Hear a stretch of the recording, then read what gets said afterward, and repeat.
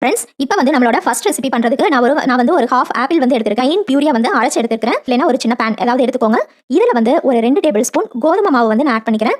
வந்து ஆப்பிள் சேர்த்தா சளி வருமா அப்படின்னு எல்லாம் கேட்டிங்க அப்படின்னா கண்டிப்பாக சளி வராது. ஏன்னா நம்ம இதில் கஞ்சி தான் ப்ரிப்பேர் பண்ண போகிறோம். 1 கப் இதில் வந்து நான் தண்ணி சேர்த்துக்கிறேன்.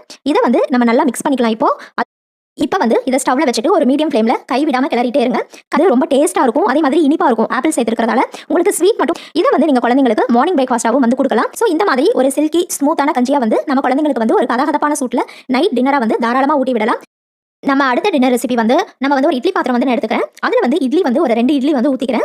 அதே மாதிரி இது கூட வந்து கேரட் வந்து ஒரு ஹாஃப் கேரட் மட்டும் எடுத்துக்கிறேன். அது வந்து மேலே தோல் எல்லாம் சீவிட்டு குட்டி குட்டி பீஸாக கட் பண்ணி இந்த மாதிரி இட்லி தட்டிலேயே வந்து வச்சிருங்க. இட்லி வேகிறதுக்குள்ள அந்த கேரட்டும் வந்து நல்லா ஆவிலேயே வந்து வெந்துடும். இது இட்லி வெந்ததுக்கப்புறம் நான் வந்து ஒரு இட்லி அதுக்கப்புறம் இந்த கேரட் ரெண்டையுமே வந்து ஒரு மிக்ஸி ஜாருக்கு வந்து மாற்றிக்கிறேன். வந்து இது கூட கொஞ்சமாக சுடு தண்ணி சேர்த்துக்கோங்க. அப்போ தான் வந்து அந்த பியூரி மாதிரி குழந்தைங்களுக்கு நம்ம அழகாக எடுத்து ஊட்டுற மாதிரி வரும். இது ஒரு ஃபைன் பியூரியா வந்து அரைச்சிக்கிட்டேன். இட்லி வந்து நைட் வந்து குழந்தைங்களுக்கு ஈஸியாக நல்லா டைஜஸ்ட் ஆகும்.